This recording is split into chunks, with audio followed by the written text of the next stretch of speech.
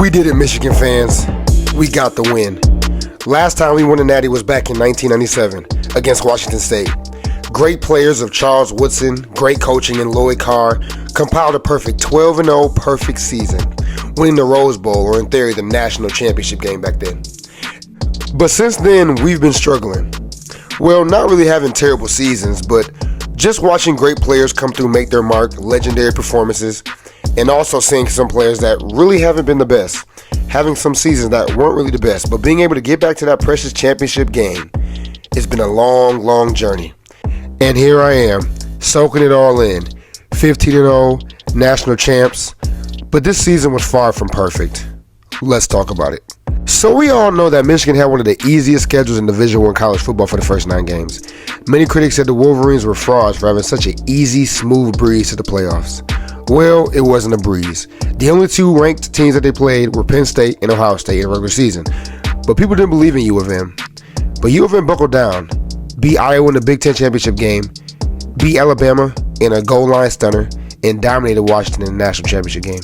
They proved themselves not to be frauds and shown why they're the best team in college football.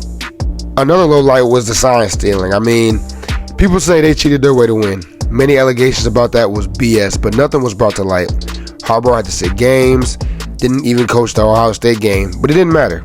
Michigan still handled business and made sure none of that outside noise affected them throughout the rest of the season. They used the sign-stealing allegations as fuel to cook the rest of college football and make sure it's known that they're not here for no games. So far, I haven't heard anybody talk about the sign-stealing situation and how that could have possibly helped them win the national championship, but it shouldn't even be a thing. It's over with. They didn't steal signs. None of that happened.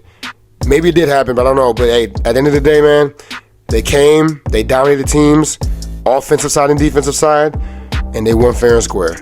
Also, many people didn't believe in the run game. Run the ball. Blake Corum and Donovan Edwards. Analysts were saying all year long that the run game would not work. Michigan has a tradition for the past couple of years of being a run-heavy team, but it worked.